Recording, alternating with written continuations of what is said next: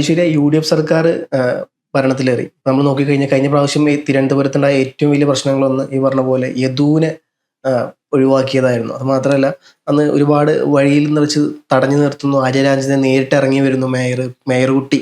Mayor എന്ന് പറഞ്ഞാൽ ശരിയാവില്ല, മേയർ കുട്ടി എന്ന് തന്നെ പറയണം. കാരണം CPM നമ്മളെ പഠിപ്പിച്ചത് അങ്ങനെയാണ്. അതുകൊണ്ട് മേയർ കുട്ടി എന്ന് പറഞ്ഞെങ്കിൽ ബഹുമാനക്കുറവാട് ഉണ്ടാവും. അതുകൊണ്ട് മേയർ കുട്ടി ഇറങ്ങി വരുന്നു. പിന്നീട് യദുവിനെ പുറത്താക്കുന്നതൊക്കെ നമ്മൾ കണ്ടു. ഇപ്പം വീണ്ടും ഭരണം മാറുമ്പോൾ യദു പറഞ്ഞിട്ടുണ്ടായിരുന്നു തനിക്ക് വീണ്ടും KSRTCയിൽ തിരിച്ചു കയറണം. അത് മാത്രമല്ല, താൻ മുമ്പ് ഓടിയുന്ന അതിൽ തന്നെ ഓടണമെന്നൊരു വലിയ ആഗ്രഹം തനിക്കുണ്ട് എന്നുള്ളത്. അപ്പം അതുമായി ബന്ധപ്പെട്ട് ഇപ്പോൾ UDF സർക്കാർ നമുക്ക് പെട്ടെന്ന് ഇതുവരെ ഉണ്ടായിരുന്ന എല്ലാ പ്രശ്നങ്ങളും, ഇപ്പം കോൺഗ്രസ്സുകാരെ തച്ച വിഷയത്തിലായാലും മറ്റേ എന്താ പറയുക ആത്മഹത്യാ കേസിലായാലും ഒക്കെ പെട്ടെന്ന് തീരുമാനം എടുക്കുന്നു. അപ്പോൾ ഈ വിഷയത്തിലോട്ട് വരുമ്പോൾ UDFന്റെ അടുത്ത തീരുമാനം എന്തായിരിക്കും?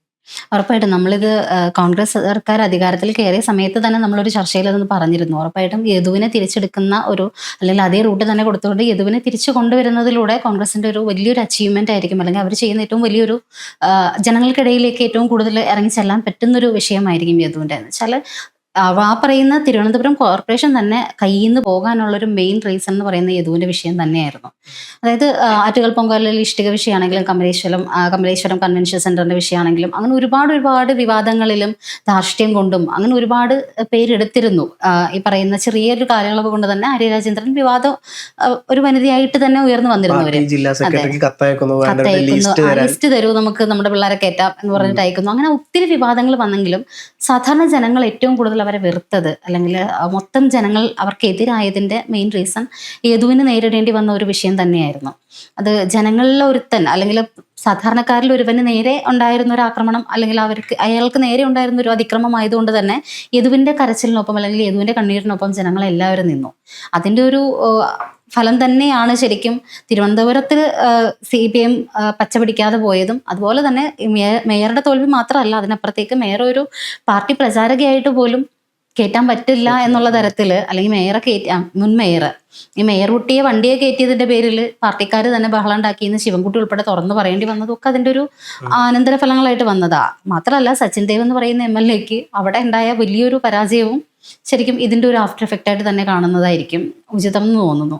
അപ്പൊ എന്തായാലും യദുവിന്റെ വിഷയം ഇത്രക്കധികം ജനങ്ങളിലേക്ക് ഇറങ്ങി ചെന്നൊരു വിഷയം ആയതുകൊണ്ട് തന്നെ യദുവിന് അനുകൂലമായിട്ട് യദുവിന്റെ ഭാഗത്ത് ഒരു തെറ്റുമില്ല എന്നുള്ളത് ഇപ്പൊ ഇതിനോടകം തന്നെ ഇത്രയും അന്വേഷണ കമ്മീഷന്മാർ അല്ലെങ്കിൽ അന്വേഷണ ഉദ്യോഗസ്ഥരൊക്കെ നോക്കിയിട്ടും കൃത്യമായിട്ട് മനസ്സിലായ കാര്യമാണ്. എന്നിട്ടും യദുവിനോട് കാണിക്കുന്നത് അനീതിയാണ്.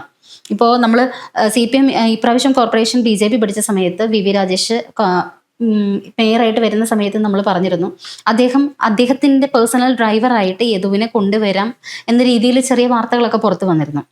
അപ്പൊ ആ വാർത്തയ്ക്ക് തന്നെ വന്നൊരു സപ്പോർട്ട് ഭയങ്കര വലുതായിരുന്നു. അങ്ങനെ വന്നിരുന്നെങ്കിൽ ഉറപ്പായിട്ടും VV രാജേഷിന് BJPയുടെ മൈലേജ് ഒരുപാട് കൂടിപ്പോയനെ. നമ്മൾ ആ വാർത്ത അത് ചെയ്തപ്പോൾ തന്നെ ഒരുപാട് കമന്റ്സും കാര്യങ്ങളുമായിട്ട് അതിന് ഒരുപാട് സപ്പോർട്ട് കിട്ടിയിരുന്നു. ആ ഒരു വാർത്തയ്ക്ക് തന്നെ ഒരുപാട് ആളുകളുടെ മനസ്സായിരുന്നു അതിന്റെ കമന്റ് സെക്ഷനിൽ കാണാൻ പറ്റിയത്.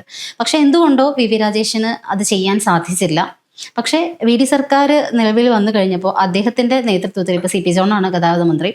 അപ്പോൾ ഇങ്ങനെ ഒരു തീരുമാനം എടുക്കുകയാണെന്നുണ്ടെങ്കിൽ ഉറപ്പായിട്ടും ജനഹൃദയങ്ങളിലേക്ക് തന്നെയായിരിക്കും കോൺഗ്രസ് കുറച്ചും കൂടി ഇറങ്ങിച്ചെല്ലാൻ പോകുന്നത്. ഇപ്പോൾ KSRTC കോൺഗ്രസിന്റെ അനുകൂല സംഘടനയായിട്ടുള്ള TDF അവര് യദുവിനെ തിരിച്ചെടുക്കണം എന്ന് പറഞ്ഞുകൊണ്ട് ഗതാഗത മന്ത്രിയെ കാണാനായിട്ടൊക്കെ പോകുന്നുണ്ട്. ഇപ്പോൾ അത് കൂടുതൽ വിഷയങ്ങളിലേക്ക്, അല്ലെങ്കിൽ അവരതിലേക്ക് കൂടുതൽ നടപടികളിലേക്ക് കടക്കുകയാണ് ഇപ്പോൾ. അപ്പോൾ ഇങ്ങനെ ഒരു നീക്കം ഉണ്ടാകുമ്പോൾ ഉറപ്പായിട്ടും യദു തിരികെ എത്തും എന്ന് തന്നെ പ്രതീക്ഷിക്കുന്നത്. നവീൻ ബാബു കേസിലാണെങ്കിലും UDF പറഞ്ഞ വാക്ക് പാലിച്ചിട്ടുണ്ട്. CBI അന്വേഷണം കൊണ്ടുവരുമെന്ന് പറഞ്ഞത് മഞ്ജുഷയ്ക്ക് കൊടുത്തത് വെറും വാക്കല്ല എന്ന് തെളിയിച്ചിട്ടുണ്ട്.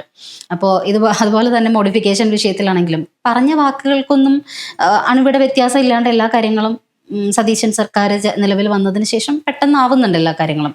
അതുപോലെ തന്നെ യദുവിന്റെ കാര്യത്തിലും എത്രയും പെട്ടെന്ന് തന്നെ ഒരു തീരുമാനം ഉണ്ടാവുമെന്ന് തന്നെയാണ് തോന്നുന്നത്. എന്തായാലും ഈ പറഞ്ഞതുപോലെ VV രാജേഷിന് കഴിയാതിരുന്നത് BJPക്ക് കിട്ടേണ്ടിയിരുന്ന ഒരു വലിയ മൈലേജ്, അത് മാറിയിട്ട് മൈലേജിന്റെ അപ്പുറത്തേക്ക് വേറൊരു കാര്യമുണ്ട് ഫവാസ്. അയാള് KSRTC ഓടിക്കൊണ്ടിരിക്കുന്ന മനുഷ്യൻ, അങ്ങനെ ഡ്രൈവർ ആയിരുന്ന ഒരു മനുഷ്യൻ, ഇപ്പോൾ അദ്ദേഹം തന്നെ പറയുന്നുണ്ട്, അദ്ദേഹം സൊമാറ്റോയിലും സ്വിഗ്ഗിയിലൊക്കെ ഫുഡ് ഡെലിവറി ഉൾപ്പെടെ നടത്തിയിട്ടാണ് നിത്യജീവിതം കഴിഞ്ഞു പോണേന്ന്. പെട്ടെന്ന് കിട്ടുന്നൊരു വരുമാനം ഇല്ലാണ്ടാവുക, അതും ചെയ്യാത്ത തെറ്റിന്റെ പേരിൽ ഇല്ലാണ്ടാവുക, ലോകം മുഴുവൻ അതിന്റെ പേരിൽ ശരിക്കും ആരാണോ തെറ്റ് ചെയ്തത് അവര് കൊടുത്ത കേസിന്റെ പേരിൽ ഈ മനുഷ്യൻ തൂങ്ങേണ്ടി വരിക ഇപ്പോൾ അതിനകത്ത് ഈ ഒരു കേസ് എന്തായാലും കുത്തിപ്പൊക്കി വന്നു കഴിഞ്ഞിട്ടുണ്ടെങ്കിൽ ഉറപ്പായിട്ടും നമ്മുടെ മുൻ മന്ത്രി ഗണേശൻ ഉൾപ്പെടെ അകത്ത് പോകേണ്ട സ്ഥിതി വരും. അതായത് ഗണേശനുള്ള പൂട്ട് ശരിക്കും ജയിലിൽ തയ്യാറാക്കി വെച്ചിട്ടായിരിക്കും വി ഡി സതീശൻ ചിലപ്പോൾ യദുവിൻ്റെ കേസിൽ കൈ കടത്താൻ പോകുന്നത്, അല്ലെങ്കിൽ ഇതിലേക്ക് നടപടി എടുക്കാൻ പോകുന്നത്. ഗണേശനെതിരെയുള്ള എല്ലാ പൂട്ടുകളും ഗണേശൻ ആ ഒരു സമയത്ത് മന്ത്രിയായിട്ട് ഔദ്യോഗികമായിട്ടോ അല്ലാതെയോ, പക്ഷെ മാധ്യമങ്ങൾക്ക് മുന്നിൽ അദ്ദേഹം പറഞ്ഞ കാര്യം, ഈ പറയുന്ന യദു വണ്ടി ഓടിച്ചുകൊണ്ടിരിക്കുമ്പോൾ എന്തിനാ സസ്പെൻഡ് ചെയ്തേന്നുള്ളതിന് പുള്ളി വെള്ളപൂശി ന്യായീകരിച്ചത് അങ്ങനെയാണ്. അത് വേറൊന്നും കൊണ്ടല്ല, വണ്ടി ഓടിച്ചുകൊണ്ടിരിക്കുമ്പോൾ അദ്ദേഹം 1 മണിക്കൂറോളം തുടർച്ചയായിട്ട് ഫോണിൽ ഹെഡ്ഫോൺ വെച്ച് സംസാരിക്കുകയായിരുന്നു എന്ന് പറഞ്ഞത്.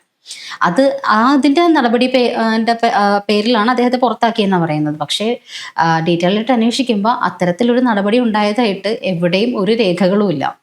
ഇത്തരത്തിൽ മൊബൈലിൽ അദ്ദേഹം 1 മണിക്കൂർ സംസാരിച്ചെന്നുള്ളതിൻ്റെ ഒരു പരാതിയോ അല്ലെങ്കിൽ അതിൻ്റെ പേരിലാണ് നടപടിയെന്നോ ഒന്നുമില്ല.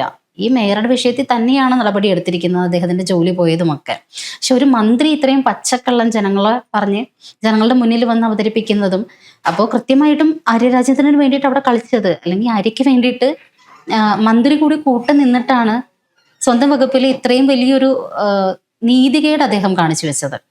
അപ്പൊ അതുറപ്പായിട്ടും ഗണേശൻ ഉൾപ്പെടെ അതിനുള്ളത് അനുഭവിക്കുക തന്നെ വേണം. ഇതൊരു പ്രാക്കായിട്ട് പറയുന്നതല്ല, പക്ഷെ ഒരു മനുഷ്യന്റെ കണ്ണീര് വീഴ്ത്തിയെടുത്ത് ഉറപ്പായിട്ടും വി ഡി സർക്കാർ ഇതിലേക്ക് ഈ ഒരു വിഷയത്തിലേക്ക് ഇടപെടും മുമ്പ് തന്നെ ഗണേശനുള്ള പൂട്ട് കൂടി അപ്പുറത്ത് തയ്യാറാക്കി വെച്ചിട്ട് വരാൻ വേണ്ടിയിട്ടായിരിക്കാം ചിലപ്പോൾ ഒരു കാലതാമസം എടുക്കുന്നതെന്ന് എനിക്ക് തോന്നുന്നു. മാത്രമല്ല KSRTCയെ കുറിച്ച് പറയുമ്പോൾ എന്തായാലും ഗണേശനെ കുറിച്ച് പറയാതിരിക്കാൻ പറ്റില്ല. കാരണം ഇപ്പോൾ എന്താ പറയുക, ഈ ധവളപത്രം പുറത്തു വന്നപ്പോൾ വി ഡി സതീശൻ പിന്നെ പുറത്തുവിട്ട തെളിവുകളിൽ ഏറ്റവും പ്രധാനപ്പെട്ട കാര്യം, ഏറ്റവും വൻ ദുരന്തമായിട്ട് കേരളത്തിൽ നിലവിൽ ഓടിക്കൊണ്ടിരിക്കുന്നത് KSRTC ആണെന്ന് പറഞ്ഞു.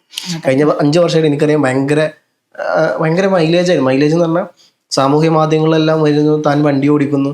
അപ്പോൾ KSRTCക്ക് ഇത്രയും കാലം അല്ലാത്തൊരു മൈലേജും KSRTC എന്തൊക്കെ ആയിത്തീരുന്നുണ്ട്. ആ ഒരു സാധനം എനിക്കടക്കം തോന്നിയിട്ടുണ്ട് ഇയാൾ വന്നതിന് ശേഷം വലിയ മാറ്റങ്ങൾ വന്നിട്ടുണ്ടെന്നുള്ളത്. പക്ഷെ ഇന്നിപ്പോൾ ധവളപത്രം പുറത്തു വിട്ടപ്പോൾ ഏറ്റവും വലിയ ദുരന്തമായി കിടക്കുന്നത് KSRTCയും അതേപോലെ തന്നെ നമ്മളെ KSEB ആണ്. അപ്പോൾ KSRTCക്ക് ഇത്ര നല്ലൊരു ഇമേജ് കൊടുത്തതെല്ലാം ഒരു എന്താണ് എക്സ്റ്റേണൽ സാധനം ഫാക്ടർ മാത്രമാണെന്നുള്ളതാണ്. നമ്മൾ പുറമേ കണ്ടിട്ടുള്ള റീൽസും കാര്യങ്ങളും ഒക്കെ പൊതുമരാമത്ത് മന്ത്രി മുഹമ്മദ് റിയാസിന്റെയാണ്. പക്ഷേ അണ്ടർഗ്രൗണ്ടിൽ ഏറ്റവും കൂടുതൽ PR നടത്തി പുറത്തേക്ക് ജനങ്ങളിൽ KSRTC എന്തോ വലിയ സംഭവമായിട്ട് പോയിക്കൊണ്ടിരിക്കുകയാണെന്നുള്ള ഒരു താരചാടുകൾ, ഒരു സിനിമാ കഥ പോലെ അതിനെ മേക്ക് ചെയ്യാനായിട്ട് ഗണേശന് കഴിഞ്ഞിട്ടുണ്ട്. അതുകൊണ്ടാണ് നമ്മൾ അതിനെ PR ആയിട്ട് കാണാണ്ടിരുന്നതും, അല്ലെങ്കിൽ ഗണേശന്റെ ഇന്റർവ്യൂസ് വരുന്നതും, അല്ലെങ്കിൽ ഗണേശന്റെ ഒരു ഹൈപ്പ് പറയുന്നതും ഒന്നും PR ആയിട്ട് നമ്മൾ കണക്കാക്കാണ്ടിരുന്നതും. മുഹമ്മദ് റിയാസിന്റെ മാത്രമാണ് റീൽ മന്ത്രി എന്നുള്ള രീതിയിൽ നമ്മൾ കണ്ടതും. മുഹമ്മദ് റിയാസ് നടത്തിയിട്ടില്ല എന്നുള്ളതല്ല, അദ്ദേഹം നല്ല രീതിയിൽ തന്നെ റീൽ കൊണ്ട് മാത്രം പിടിച്ചു തന്ന റീലിന് വേണ്ടിയിട്ട് കോടികൾ ചെലവാക്കി തന്നെയാണ് പിടിച്ചു നിന്നത്. പക്ഷെ അതിനിപ്പുറത്ത് സിനിമാക്കാരൻ കൂടിയായ ഗണേശൻ കൃത്യമായിട്ടും KSRTCയിൽ എന്തോ വലിയൊരു സംഭവം നടക്കുന്നു, അല്ലെങ്കിൽ താനൊരു ഭയങ്കര സംഭവമാണെന്നുള്ള രീതിയിൽ നല്ല രീതിയിൽ കളി കളിച്ചിട്ടുണ്ട്. പക്ഷെ അവസാനം ഇപ്പൊ ധവളപത്രം പുറത്തു വരുമ്പോൾ അറിയുന്നുമുണ്ട് അതിന്റെ കൂടുതൽ ഡീറ്റെയിൽസ് എന്താണെന്നുള്ളത്. ഇപ്പൊ KSRTC വലിയ സംഭവമായിരുന്നു, അല്ലെങ്കിൽ ആന്റണി രാജുവിന്റെ കയ്യിൽ നിന്ന് 2.5 വർഷത്തിന് ശേഷം ഗണേശന്റെ കയ്യിലേക്ക് വന്നപ്പോൾ വൻ മാറ്റങ്ങൾ സംഭവിച്ചു. അല്ലെങ്കിൽ ആദ്യത്തെ വീഡിയോസിലൊക്കെ നമ്മളും ആ ഒരു സമയത്ത് ഗണേശനെ സപ്പോർട്ട് ചെയ്തുകൊണ്ടും ചില കാര്യങ്ങളിൽ പറയേണ്ടി വന്നിട്ടുണ്ട്. ഗണേശനെ നല്ലത് ചെയ്ത് നമ്മൾ നല്ലത് തന്നെ പറയും. പക്ഷെ ഗണേഷ് കുമാറിന്റെ ഈ ഒരു പുറംപോച്ചുകളിലായിരുന്നു നമ്മൾ പലപ്പോഴും ജനങ്ങൾ മയങ്ങി വീണത്. താരചാടകൾ എവിടെ പോയാലും മൈക്ക് ഉണ്ടാവും. ആശുപത്രിയിൽ കയറിയിട്ട് അവിടുത്തെ ബാത്റൂം ക്ലീൻ അല്ലെന്ന് പറഞ്ഞിട്ട് അത് കഴുകുമ്പോഴും മൈക്ക് വെക്കാൻ അദ്ദേഹം മറന്നിട്ടുണ്ടായിരുന്നില്ല. ചൂലിന്റെ സൗണ്ട് ഉൾപ്പെടെ എല്ലാം കേൾക്കാവുന്ന രീതിയിൽ ക്യാമറമാനും ഉണ്ടായിരുന്നു കൂടെ.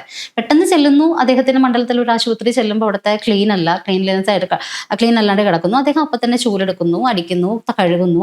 അവിടെ ഉണ്ടായിരുന്ന ഉദ്യോഗസ്ഥരെ ശാസിക്കുന്നു, ഇങ്ങനെയാണ് ഇടുന്നത്, ഞാൻ തെറിപ്പിച്ച് കളയുമെന്ന് പറയുന്നു. ഇതെല്ലാം കൃത്യമായിട്ട് ക്രിസ്റ്റൽ ക്ലിയർ ആയിട്ട് വീഡിയോഗ്രാഫർ കൂടെ നിന്ന് പകർത്തുന്നു. ഇത് പുറത്ത് വരുന്നു, അദ്ദേഹം വലിയ ഹീറോ ആവുന്നു. ഇത്തരം കാര്യങ്ങൾ തന്നെ നടത്തിക്കൊണ്ടിരുന്നത്.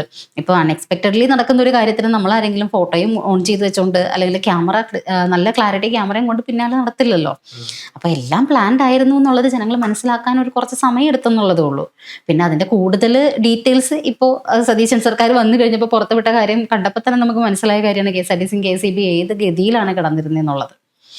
ഇപ്പൊ KSRTCയിലാണെങ്കിലും ഒരുപാട് ജീവനക്കാർ ഇപ്പോഴും ഇവിടുത്തെ ഈ കൊറിയർ സർവീസുകൾക്കൊക്കെ KSRTC നേരിട്ട് നിയമിക്കുന്നതാണ്. അവർ പെർമനന്റ് ആയിട്ട് ഗവൺമെന്റ് എംപ്ലോയീസ് അല്ലെങ്കിലും, പക്ഷെ അവർക്കൊക്കെ സാലറി കിട്ടിയിട്ട് 1.5 വർഷമായി എന്നുള്ളതാണ് കഴിഞ്ഞിടയ്ക്ക് അവരിൽ തന്നെ ചിലർ പറഞ്ഞിട്ടുള്ളത്. പരാതി കൊടുക്കാൻ പറ്റില്ല, പരാതി കൊടുത്തിട്ട് കാര്യമില്ല. അപ്പൊ അത്തരത്തിൽ KSRTCയുടെ അവസ്ഥ എന്താണെന്നുള്ളത് ഇനി പുറത്തു വരും. ഇപ്പൊ CP ജോൺ വന്നപ്പോൾ ഗണേശൻ ഇറങ്ങിക്കഴിഞ്ഞാൽ ആര് സാലറി കൊടുക്കും എന്നായിരുന്നു ചോദിച്ചുകൊണ്ടിരുന്നത്. ഈ മാസം സാലറി കൊടുത്തില്ലേ? ആർക്കെങ്കിലും എന്തെങ്കിലും കുഴപ്പമുണ്ടായിരുന്നോ? അപ്പോൾ ആരാണെങ്കിലും ഭരിക്കാൻ അറിയാവുന്നവൻ വന്ന കാര്യങ്ങൾ കൃത്യമായിട്ട് തന്നെ നടക്കും. അതിന് ഒരുപാട് PR വേണം എന്നൊന്നുമില്ല.